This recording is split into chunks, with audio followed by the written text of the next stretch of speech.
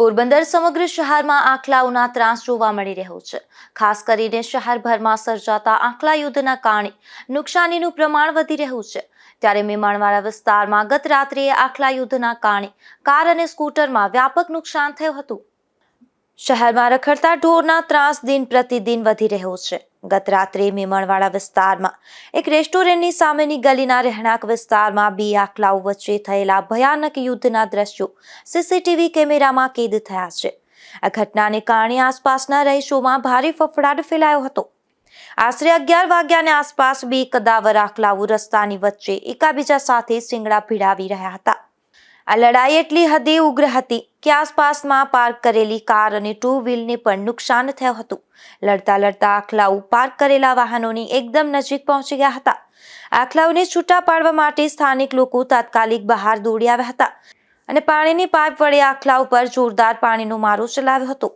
અન્ય કેટલાક લોકોએ લાકડીઓ પછાડી અને બૂમો પાડી અને આંખલાઓને ડરાવવાનો પ્રયત્ન કર્યો હતો। એકાદ કલાકે શેરીમાં યુદ્ધનો માહોલ જામ્યો હતો। લાંબી જહેમત બાદ બંને આંખલાઓ અલગ થયા હતા અને ત્યાંથી દૂર ગયા હતા।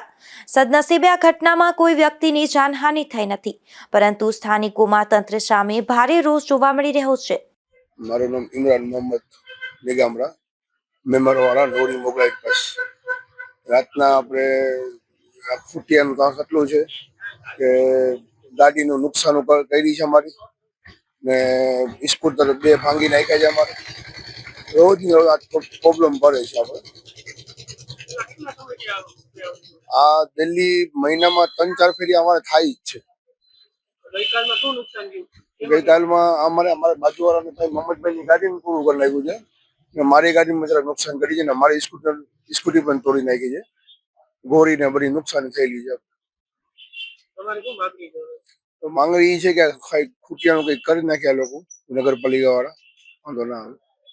રહેણાંક વિસ્તારોમાં રખડતા આંખલાઓ આ પ્રકારે લડતા હોય ત્યારે નિર્દોષ રાહદારીઓ કે બાળકો તેનો ભોગ બની શકે છે।